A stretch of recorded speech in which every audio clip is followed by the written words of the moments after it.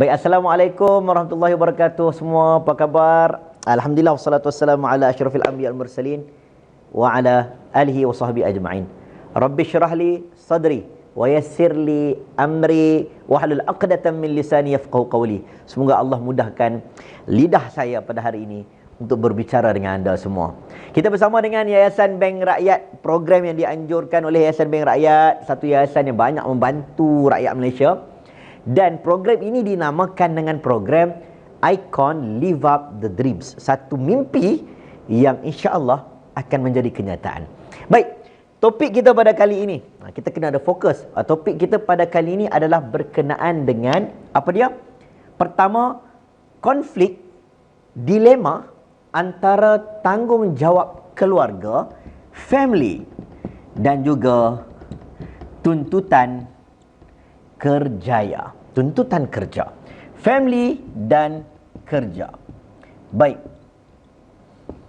Dua benda yang besar sebenarnya dalam hidup kita. Saya bagi perumpamaan simple. Berapa jam kita lupa letak berapa jam kita dalam family kita, berapa jam kita dengan kerja kita, berapa tahun kita dengan keluarga kita, berapa tahun sepanjang hidup kita dengan kerja kita. A'mar ummati ma baina 60 wa 70. Umur umatku antara 60 hingga 70 tahun, kata Nabi sallallahu alaihi wasallam. Berapa tahun kita bersama dengan mak ayah, berapa tahun kita di sekolah, berapa tahun kita berkarier, dan berapa tahun kita bersukaria dengan family. Berlaku konflik itu biasa. Macam mana nak selesaikan konflik kita? Setiap orang memiliki 24 jam sehari. 24 jam sehari. Saya dan anda mempunyai 24 jam yang sama. Tetapi resume kita berbeza. Resume kita pasti berbeza. Al-Imam An-Nawawi rahimahullah hidupnya 40 tahun. 40 tahun. Tidak sempat bernikah. Kitabnya banyak. Satu hari 24 jam sama dengan saya dan anda. Tetapi pasti resume dia berbeza dengan kita. Sampai hari ini orang sebut nama dia. Imam-imam yang besar, tokoh-tokoh yang besar, pagi, petang, siang, malam, banyak tidurnya kah? Banyak makannya kah? Ataupun banyak memberi manfaat bagi manusia seluruhnya. Khairun nas anfa'uhum linnas. Sebaik-baik manusia adalah yang paling banyak berbuat baik, memberi manfaat bagi manusia sekeliling. Baik, 24 jam. Saya nak sebut, ada satu benda yang disebut dalam agama yang satu disukai, satu tidak disukai. Dalam perkara yang harus, makan harus, main harus, enjoy harus lah, bukan ibadat. Benda-benda yang diharuskan. Dalam agama ini kebanyakannya disebut, ya ayyuhallazina amanu kulu washrabu, makanlah, minumlah, fasiru fil ard, berjalanlah di atas muka bumi, nak travel tak travel, you nak enjoy, silakan. Tetapi dalam Al-Quran ada satu term yang disebut wala tusrifu. Jangan kamu melampaui batas. Tusrifu. Jangan kamu israf. Buat apa pun, makan melampau bahaya. Betul? Kerja melampau bahaya. Utamakan family sampai tak cari nafkah, bahaya. Enjoy sepanjang masa pun bahaya. Sebab itu dalam agama tidak suka benda ini, dan agama menyebut wa kadzalika ja'alnakum ummatan wasata, dan kami suka di antara kamu umat yang wasata. Orang sebut macam-macam lah, wasatiyah dan sebagainya, itu tambahan daripada perkataan wasata, pertengahan, seimbang.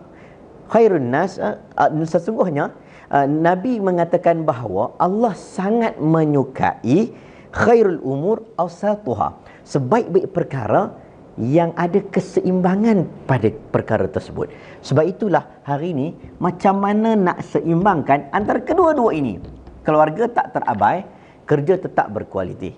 Kalau anda nak kerja sepanjang masa, ingat kerja takkan habis. Pagi, petang, siang, malam takkan habis. Hari ni you free, besok bos bagi kerja baru. Kerja takkan habis.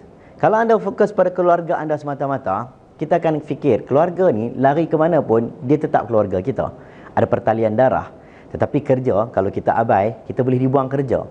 Family ada cerita family, kerja ada cerita kerja. Jadi macam mana nak selesai masalah? Pertama, anda perlu berada dalam satu suasana yang mungkin anda rasa anda itu orang yang perfect, dan ada ketika anda rasa anda orang yang lemah. Tetapi lemah manusia selalunya jarang dilihat Jarang dia nampak, jarang dia temui, melainkan dia meletakkan cermin. Cermin bagi diri anda adalah mesyuarat. Mesyuarat.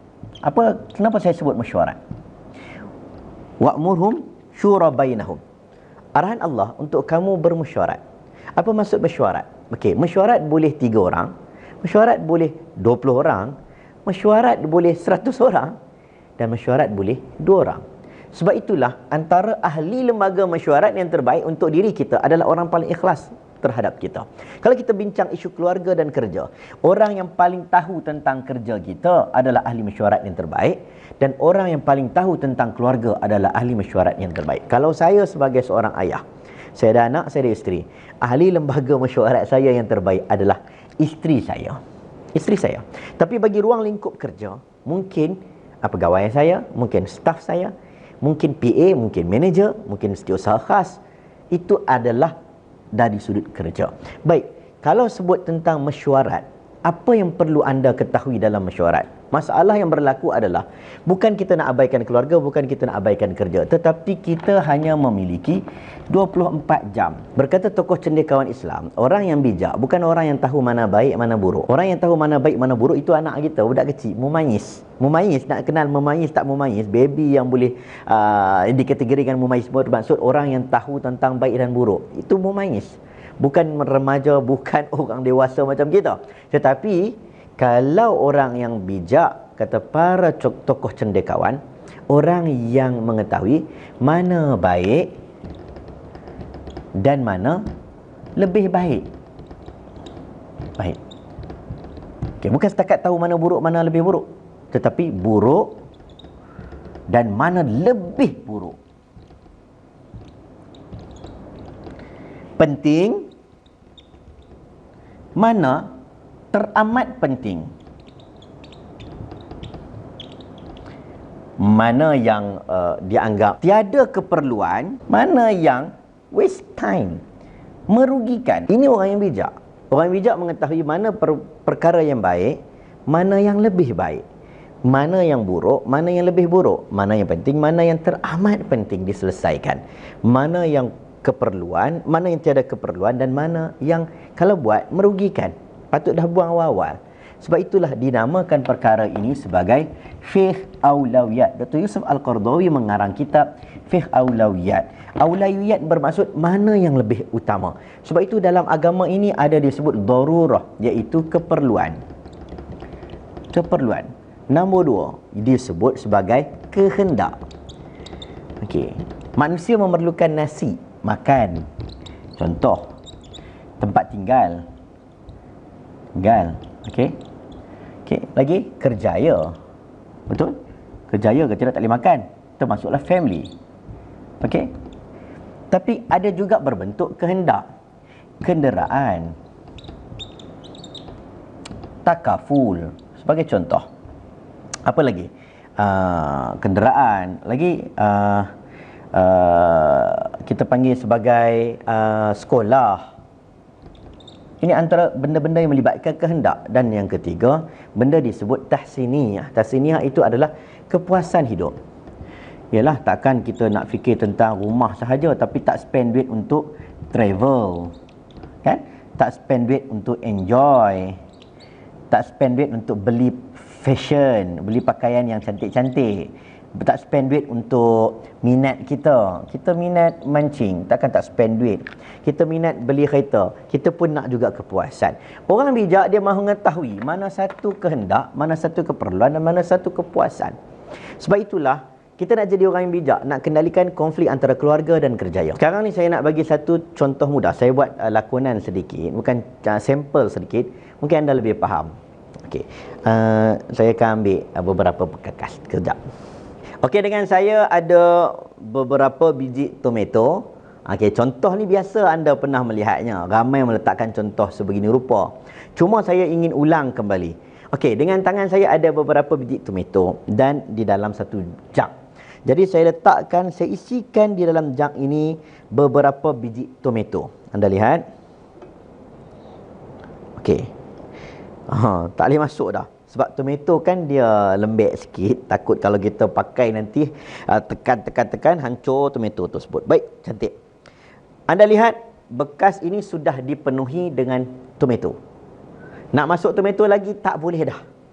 Inilah tomato yang telah memenuhi bekas jug ini.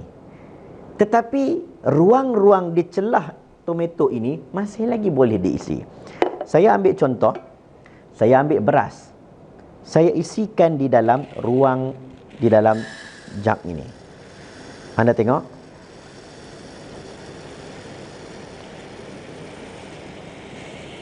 Okey. Ini contoh yang biasa orang lakukan. Simple. Selalu kita tengok dalam video. Betul tak?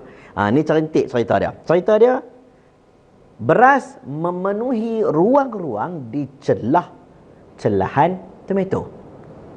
Rasa-rasa boleh tak lagi untuk diisi sesuatu, untuk memenuhi ruang di dalam jug ini? Saya bawakan air. Kita tengok.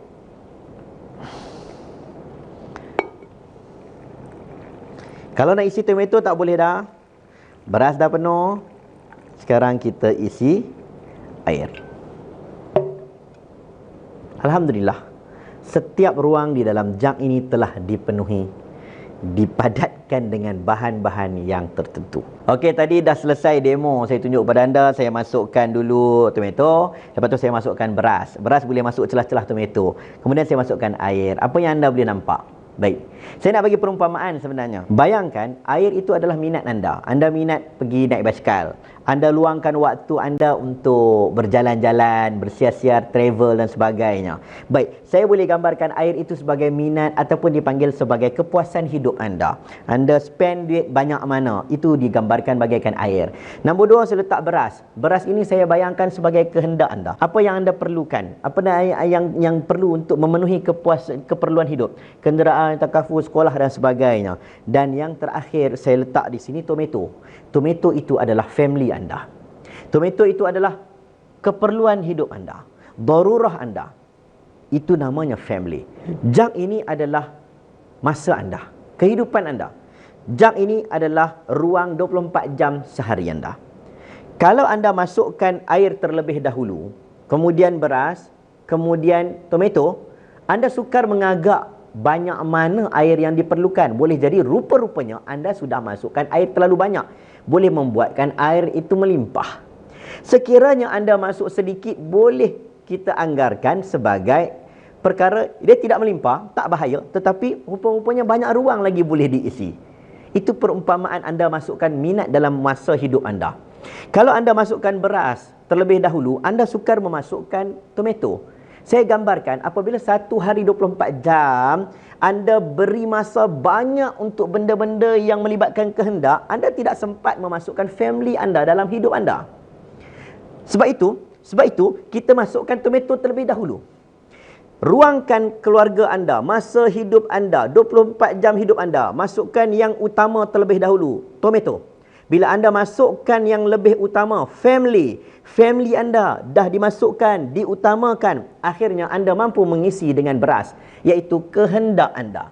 Apabila anda selesai urusan kehendak, barulah anda masuk kepuasan hidup anda, air. Cantik susunan ini. Kalau anda masuk dengan tidak teratur, beras terlebih dahulu, anda sukar memasukkan tomato semula. Apabila masa banyak dihabiskan untuk benda-benda yang tidak perlu, akhirnya terabailah family anda. Sebab itu dalam konflik antara keluarga dan kerjaya, sebenarnya yang paling penting adalah masa. Kalau kita gagal menguruskan masa dengan baik, kita akan gagal segala-galanya. Sebab itulah saya bahagikan kepada dua bulatan. Bulatan yang pertama adalah bulatan mengikut seminggu berapa hari. Bagi contoh. Dan satu lagi bulatan adalah per jam. Kena ingat, hidup kita ini ada 24 jam. Saya bagi contoh, kita ada 7 hari. 7 hari. Kita bahagikan 7 hari ini supaya anda lebih jelas, lebih clear, nampak ke mana kita pergi sepanjang hari. Kita ada hari Ahad. Kita ada Isnin, Selasa, Rabu, Khamis, Jumaat, Sabtu. Kita ada hari yang kita tak bekerja langsung. Okey? Bagi orang yang mengutamakan family, bila dia tak bekerja, dia memang tak bekerja. Tetapi ada orang yang mungkin hari bekerja, dia pun dengan family, ataupun hari dengan family, cuti, dia masih lagi bekerja. Saya gambarkan contohnya begini. Separuh hari dihabiskan untuk bercuti, Ahad dan Sabtu. Ahad ni kita kata kita tak fikir langsung buat kerja. Mungkin Sabtu kita fikir adalah tengah malam, separuh sikit. Tetapi pada hari Isnin, Selasa, Rabu dan Khamis, berkemungkinan separuh hidup kita dihabiskan di tempat kerja. Separuh hari kita dihabiskan di tempat kerja. Ini adalah hari-hari kita bekerja. Anda sendiri yang menilai berapa hari dalam seminggu anda habiskan masa untuk keluarga. Kalau kita ada sehari 24 jam, kita bayangkan kalau sehari 24 jam, berapa jam dihabiskan untuk family kita? Saya gambarkan 1, 2, 3, 4, 5. Ada 6. 1, 2, 3, 4, 5. 1, 2, 3, 4, 5. Saya ingat anda juga perlu tulis 1, 2, 3, 4, 5. Kita ada satu hari ada berapa jam? 24 jam. 1, 2, 3, 4, 5, 6, 7, 8, 9, 10, 11, 12, 13, 14, 15, 16, 17, 18, 19, 20, 21, 22, 23, 24. Okey, 24 jam. Satu hari ada 24 jam dan satu minggu ada 7 hari. Okey, berapa masa yang anda luangkan dalam satu hari dengan family? Sebab itu apabila anda tidak membahagikan masa dengan sepenuhnya dalam satu hari, kalau saya paling kuranglah saya tolak daripada pukul 1 sampai pukul 6 kita tidur. Kita buang siap-siap lah pukul 1 sampai pukul 6 pagi kita tidur. 1, 2, 3 sampai pukul 6 pagi. Separuh hidup kita dah dihabiskan untuk tidur. Separuh hari kita, suku hari kita dihabiskan untuk tidur. Itu tak kira orang tidur waktu hari Ahad sampai ke tengah hari. Okey, separuh suku kehidupan. Kita bayangkan pada pukul 7 pagi kita bekerja. Sampai pukul berapa? Kita bekerja sampai pukul 6. Bayangkan kalau kita keluar bekerja daripada 7 pagi. Waktu traffic jam, anak-anak kita hantar ke sekolah, kita tidak bersama dengan family, kena ambil kira semua benda tu. Kita sampai rumah pukul 6 ataupun sampai rumah pukul 7. Saya gambarkan kita sampai rumah pukul 6 petang. Apa maksud di sini? Kita hanya memiliki suku sahaja waktu untuk diberikan kepada family. Tapi sayang, dalam suku waktu ini, kita banyak habis dengan handphone. Kita banyak habis dengan memikirkan tentang kerja kita. Kita masih depan laptop. Kita banyak masa dihabiskan dengan perkara-perkara tidak berfaedah. Kita banyak menghabiskan masa dengan lepak dengan kawan-kawan dekat kedai mamak. Tak salah. Tapi cara nak mengurus tu perlu betul. Baik, apa yang perlu ditegaskan di sini? Cuba anda bayangkan. Sebab itu, anda perlu bahagikan hidup anda kepada beberapa kehidupan. Saya namakan sebagai secret life. Anda perlu ada secret life. Okey? Secret life. Anda juga perlu ada private life. Anda juga ada public life. Okey.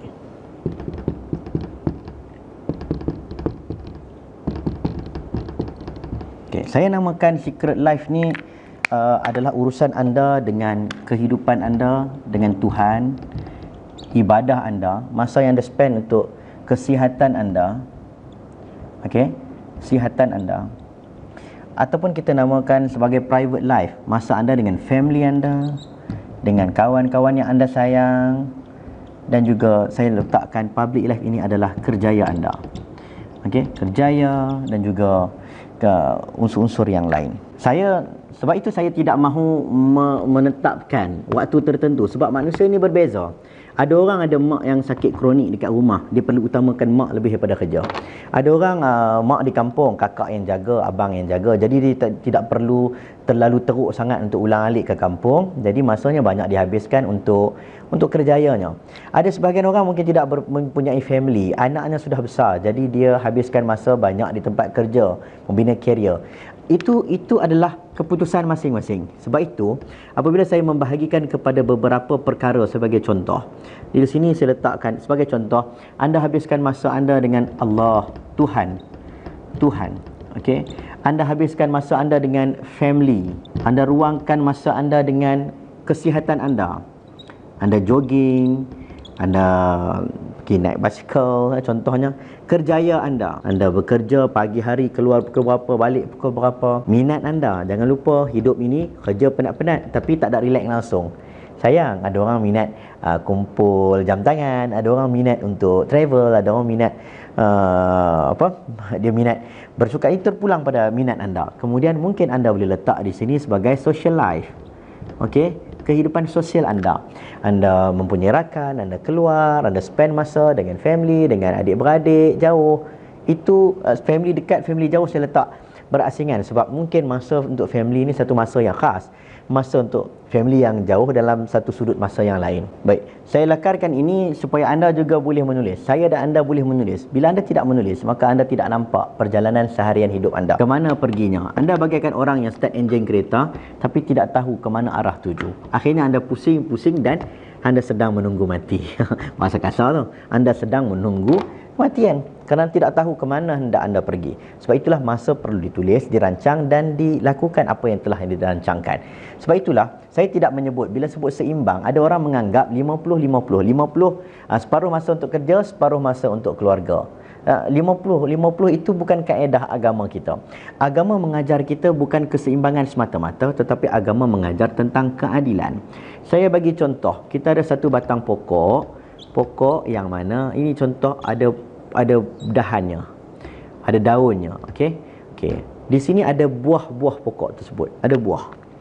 Okey. Ini buah-buah dia. Buah dia, buah. Kemudian di sini ada seorang kanak-kanak. Okey, kanak-kanak. Dan di sini pun ada seorang kanak-kanak. Saya gambarkan ini adalah sebagai kerjaya anda. Saya bayangkan di sini, saya padam gambar kanak-kanak. Anda di sini, ini kerja anda, ini family anda. Okey? Keluarga anda, ini kerja, ini family. Di sini ada buah-buahan. Dan satu lagi saya nak bagi contoh adalah satu batang pokok yang juga sengit batang pokok ni. Okey? Alright. Ada buah-buahan. Kan? Ada buah-buahan. Tetapi ada tangga. Di sini kerjaya anda, di sini family anda. Alright? Anda rasa anda tidak dapat memenuhi kehendak anda. Anda tak capai goals anda. Anda tak dapat capai matlamat anda. Sebab pokok terlalu tinggi dengan anda. Maka anda menyediakan tangga. Anda sediakan tangga. Alright? Okay. Ini juga anda sediakan tangga. Alright. Akhirnya K kerja mampu mencapai target anda. Anda dapat kerja dengan betul, anda memenuhi tuntutan bos, anda memenuhi tuntutan skop kerja, anda dapat menjadi pekerja yang terbaik. Tangga yang berada bagi family ini juga tangga, tetapi tangga tak capai buah yang hendak diambil. Bermaksud anda dah meletakkan prioriti yang sama, 50-50. Tetapi rupanya prioriti itu tak sampai matlamat. Anda dah spend masa untuk di rumah dan juga 4 jam di rumah, 4 jam di tempat kerja sebagai contoh. Tapi matlamat di tempat kerja capai, matlamat di rumah tidak capai. Akhirnya anda melihat kepada teori yang satu lagi. Anda ubah keadaan apabila anda menjadikan ini pokok. Okey? Anda letaklah di sini buah-buahannya. Okey, ada buah-buahan. Pokok masih sengit lagi kita katalah. Pokok sengit, buah-buah banyak belah sini. Okey? Kita katakan inilah kerja anda. Inilah family anda. Okey? Anda letak tangga. Okey, tangga. Pokok ni dah sengit ke sini. Kerja mampu mencapai goals anda. Tercapai matlamat anda. Bagaimana dengan tangga di sini? Tadi tangga sama tinggi. Anda bagi ini 4 jam, ini 4 jam. Tetapi ini tak capai matlamat. Di sini anda ubah pula.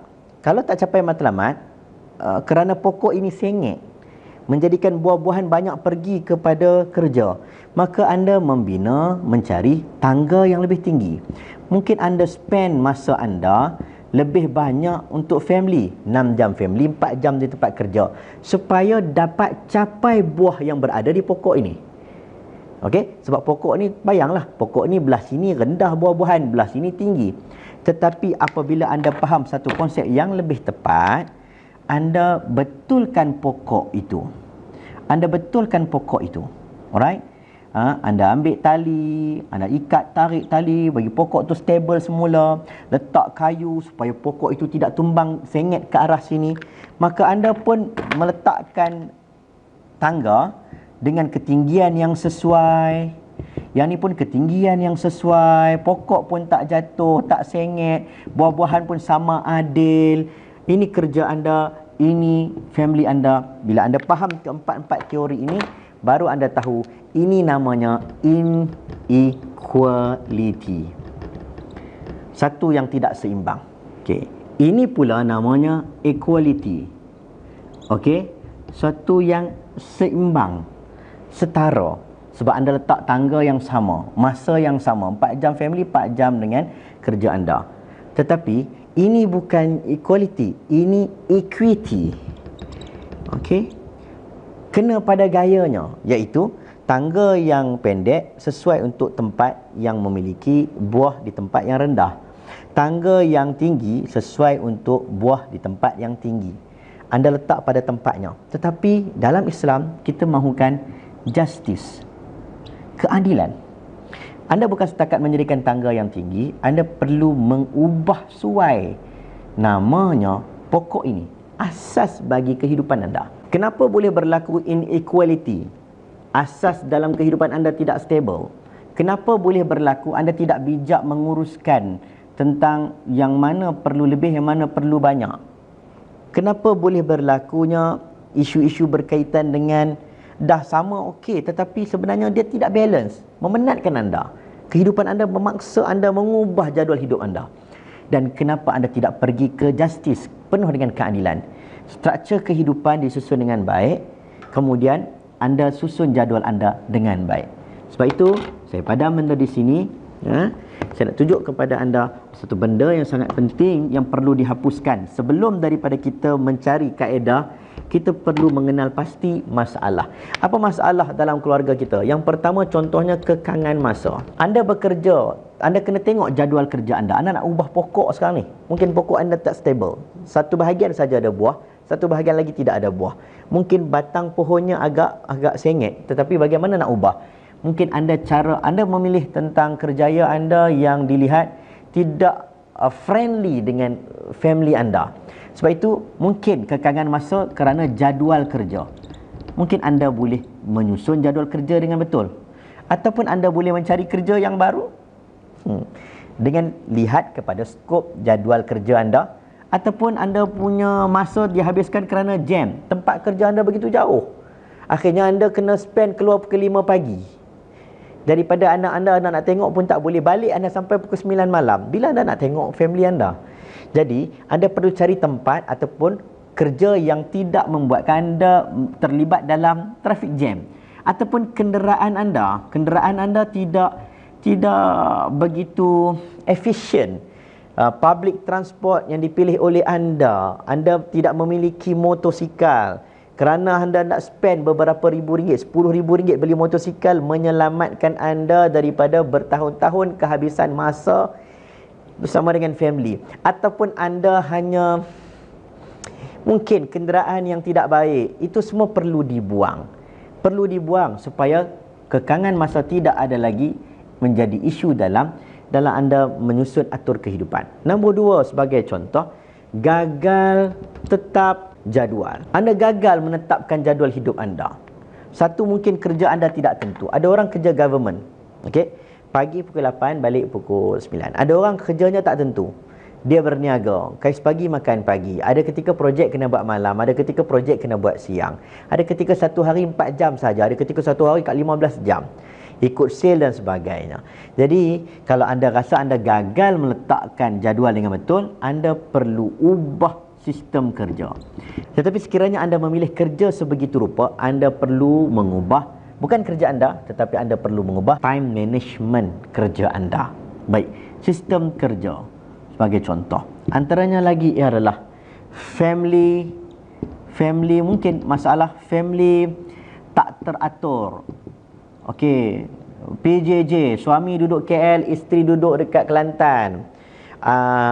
Anak duduk dengan atuk, tak duduk dengan kita. Ada suami isteri yang berpisah, anak duduk dengan mak, tak duduk dengan ayah. Ataupun kita tak ada anak, tak ada isteri, tetapi family kita di kampung, jauh kedudukan, ataupun mungkin dekat. Semua itu perlu dilihat.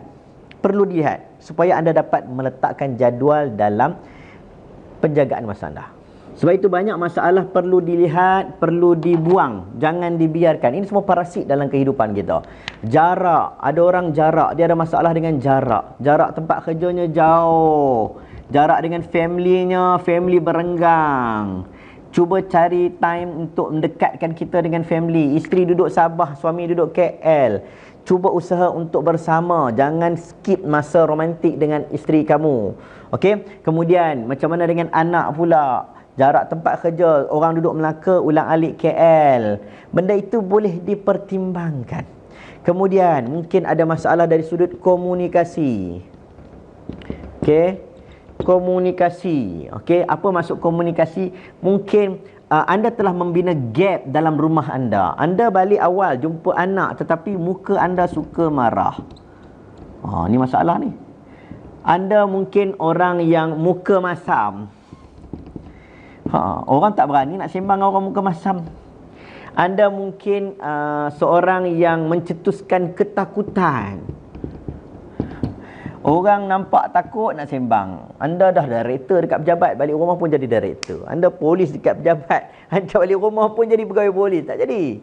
Anda komando kat tempat kerja, jangan balik rumah jadi komando. Mewujudkan sesuatu yang membuatkan gap di kalangan family anda. Menjadikan 10 jam anda duduk dengan family pun tanpa tegur siapa. Salah. Sebab itu, kenal pasti masalah. Buang parasit-parasit dalam hidup.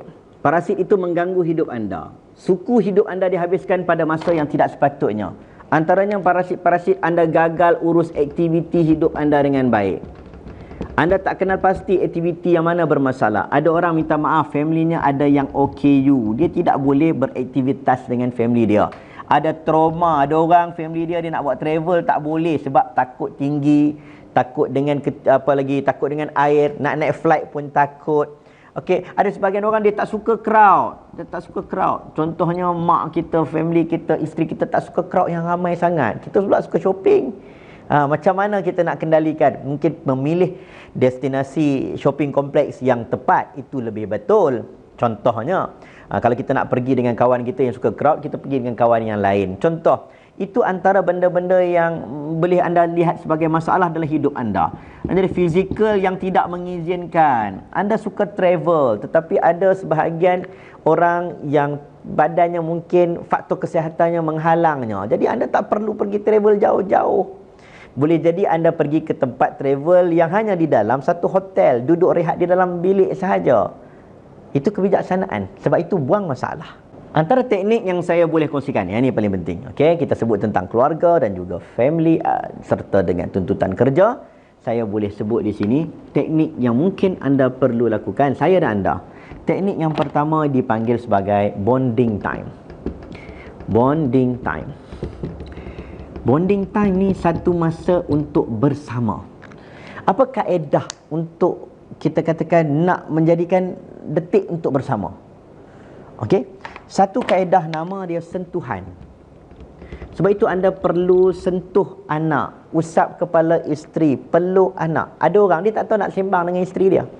Hari ni nak topik apa pula? Semalam Manchester kalah, ini Liverpool menang, isteri tak minat bola, aku tak reti nak sembang. Balik dan hanya sentuh. Tak tahu nak sembang dengan anak, tak tahu topik, stres, otak tengah pening kepala, masih lagi otak tengah memikirkan tentang bos, tentang fikir tentang sale. Balik, jumpa anak, jumpa isteri, apa perlu buat? Hanya sentuh. Sentuhan ini satu bonding time yang sangat baik. Bila anda sentuh, anda sedang berkomunikasi. Anda tidak bercakap melalui lidah, tetapi anda bercakap melalui mata. Anda bercakap melalui hati. Anda bercakap melalui sentuhan. Nombor 2, bonding time yang sesuai adalah bercakap. Cakap. Maknanya semua kata cakap. Balik rumah tak cakap langsung. Diam. Macam mesin yang masuk rumah. Macam kucing masuk rumah. Kucing pun tahu nak bunyi miau kepada tuan dia. Berkasih sayang. Macam mana nak bercakap? Bercakap ni contohnya tengok mata anak. Kemudian buat aktiviti. Tanya, apa aktiviti hari ni? Tanya aja. Anak suka mendengar lebih daripada kita kena lebih banyak mendengar lebih daripada bercakap. Sebab kita ada banyak masa untuk tazkirah anak kita, tapi ada masa yang perlu kita spend untuk mendengar. Tanya, masa apa isteri? Kita dah nampak dah masa apa, tapi tanya. Penat tak penat? Can I help you? Ini antara istilah-istilah yang mungkin membantu.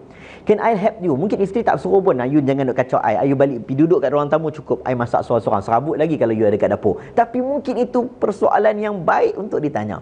Tanya sekolah anak, tanya benda. Walaupun copy and paste soalan yang kemarin. Sebab itulah teknik untuk mula bertegur sapa. Dan yang ketiga, namanya teknik bermain. Okey? Bermain. Macam mana nak bermain? Bergurau.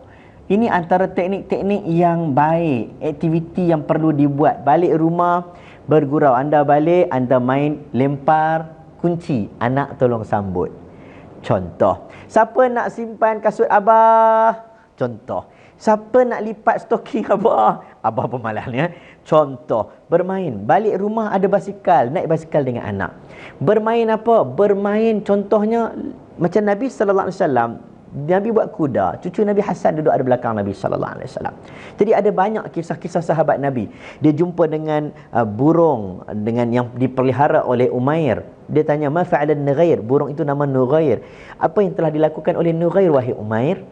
Nabi tanya tentang permainan anak-anak. Kita balik boleh tanya, Pokemon nanti macam mana? Boleh tanya Iron Man macam mana? Spiderman macam mana?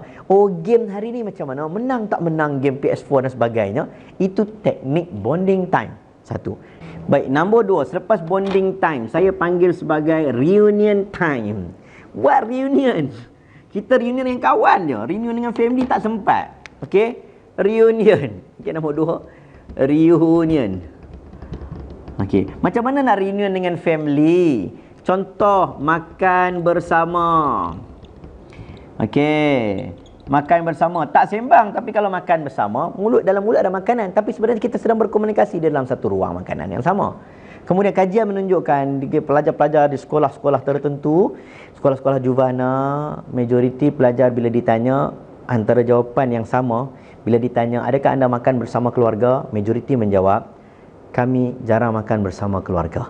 Sebab itu pentingnya makan bersama. Kemudian mungkin solat bersama. Okey, ada ruang solatnya. Kat rumah tak ada ruang solat, masalah. Cuba cari ruang yang boleh untuk kita gather, untuk duduk bersama. Rumah saya tak besar mana ustaz? Ruang tamu itu sudah mencukupi kalau pandai menyusun atur aktiviti. Gotong royong. Gotong royong macam mana gotong royong? Gotong royong ni bukanlah sampai kena panggil JK masjid, JKKKK kampung. Tak payah. Hari ini gotong royong basuh pinggan. Hari ini gotong royong bersih tandas. Hari ini gotong royong bersihkan tempat alat permainan. Gotong royong. Gotong royong ni anak-anak suka sebenarnya. Di sekolah dia tak suka macam satu paksaan, tapi dengan ayah dia suka. Kalau kita pandai handle dengan komunikasi yang baik, tak cakap, tak sentuh.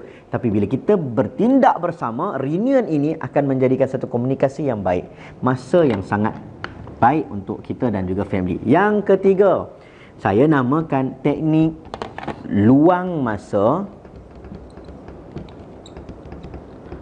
suasana baru dan juga lokasi baru. Okey. Kadang-kadang anak bosan. Abah balik-balik tanya, tadi dapat apa? Kerja buat apa? Kat rumah ada sekolah macam mana? Makan ke belum? Kan? Jadi kita tak pandai pula nak tanya apa. Kita pun bosan. Jadi kita cuba cari luang masa yang baru, suasana yang baru, lokasi yang baru. Contoh, apa tempat lokasi yang baru? Playground. Ustaz, taman saya tak ada playground. Tak apa, main depan rumah. Depan rumah. Suasana baru. Asyik duduk dalam rumah sahaja. Sepanjang hari duduk dengan mak. Mak masak, mak tak boleh tinggalkan anak keluar. Jadi bawa keluar. Contohnya, masjid. Masjid. Bawa anak pergi ke masjid. Sekali-sekala. Boleh. Contohnya bercuti. Contohnya lagi, saya sebut di sini, balik kampung. Balik kampung satu aktiviti yang sangat baik. Okey? Bila dia tengok kita berkasih sayang dengan mak ayah kita, dia akan appreciate dan dia akan ingat mak ayah dia juga pernah berkasih sayang dengan atuknya.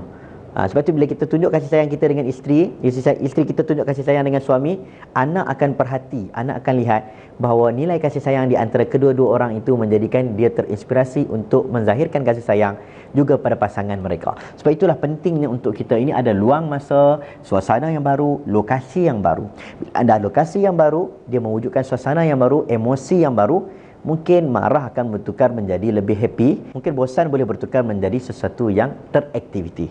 Itu nama dia luang masa. Ini 3 teknik yang penting. Saya sebut di sini, bayangkan 3 teknik ini hanya, okey, tadi kita sebut satu hari berapa jam, ada 24 jam. Bayangkan kita hanya spend masa untuk bonding time. Bonding time saya letak di sini 10 ke 15 minit. Saya ingat 10 minit sudah memadai. Maksima 10 minit. Maksima 5 ke 10 minit. 5 hingga 10 minit. Bayangkan 5 hingga 10 minit sahaja. Macam mana bonding time? Sentuh, pegang, usik. Itu namanya bonding time yang kita katakan, termasuklah bercakap, berbual, tanya khabar, bermain sekali-sekala, lempar-lempar bantal, lempar-lempar kunci, anak tolong sambut. Itu bonding time, 5 hingga 10 minit sehari.